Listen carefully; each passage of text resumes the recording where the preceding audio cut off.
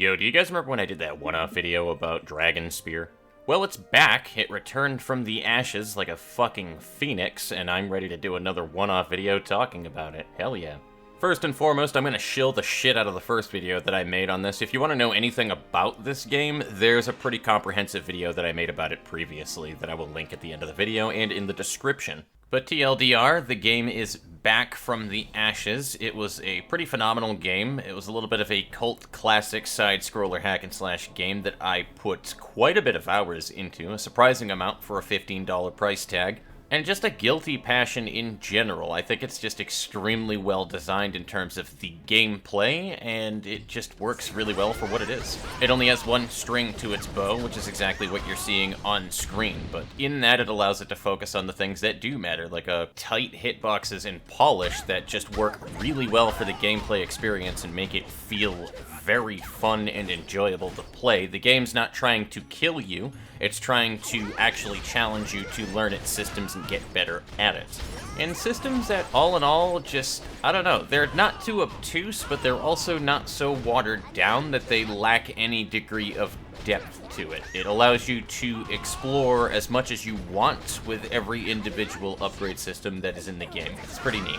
In short, what I'm trying to say is the game doesn't really get in your way at all of having fun with it and exploring whatever the hell that you want to explore.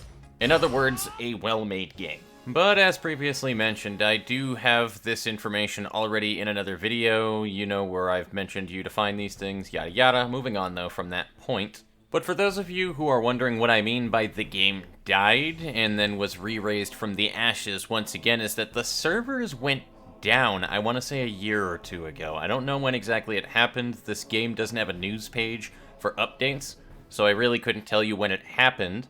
But I imagine it was because it just wasn't a very popular game, etc. It just died out in popularity. It was very hard to find people online, and it kind of was balanced around having multiple people in your group for some of the really hard end game, what they were called were Gap of the Abyss dungeons.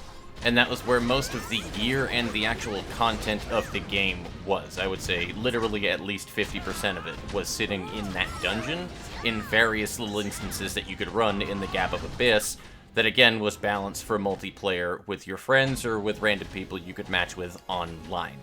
So having the servers go down really sucked, because you actually needed to connect to those servers to be able to do the Gap of the Abyss. So you were strictly stuck to playing only the campaign mode up until recently, apparently. My sister brought it to my attention that now you are able to bring in, as you can see, I have a party of 4 people here, but that is 3 of my own actual characters that I have progressed from the start of the game to about level 50 with the exception of one of them. And yeah, these are just my own characters that I'm in a party with that have their own little strict AI, which is really cool. Honestly, I love it. It allows you to be able to explore the upgrading system even further, actually, because you're able to fine-tune each one of their individual kits if you want them to do anything in specific. Like, you could totally have one character just be a face tank and just sit there and eat damage while you effectively solo the boss and just focus on not dying. Because there's no way in fuck that they would be able to with their absurd amount of health, or defense, or sustain, or whatever else that you have with their gear sets. So I really like this system in general. It seems to just give you a whole hell of a lot more control over what you can do with it in terms of the people that you have with. But I would argue also, too, that it didn't really matter, ultimately. So long as people carried their weight and were doing damage in Gap of the Abyss, it never really mattered too terribly much on what they were running for gear, you know what I'm saying?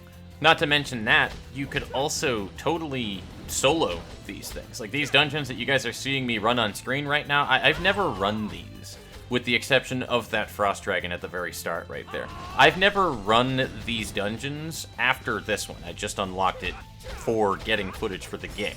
Never played these previously, and I wound up soloing the Dual Panther boss, and did most of the dual Deus Ex boss fight that's immediately afterwards. I don't know if that's on screen right now. I'm recording this separately, but solo play is absolutely possible still if you want to really challenge yourself to do it, from my understanding. I've never really gone through everything, and I plan to eventually, but it just was something that I really enjoyed seeing. It gave it a new breath of life, And for those of you who were interested in Dragon Spear previously and stopped playing it because the servers went down, I would say revisit it, for sure, because you probably have several other characters in the background that are going to help you steamroll the content as it is anyway. And you can balance it however way that you want. That's the best thing about this system, too. You can balance it to be as challenging as you want to by fine-tuning their gear.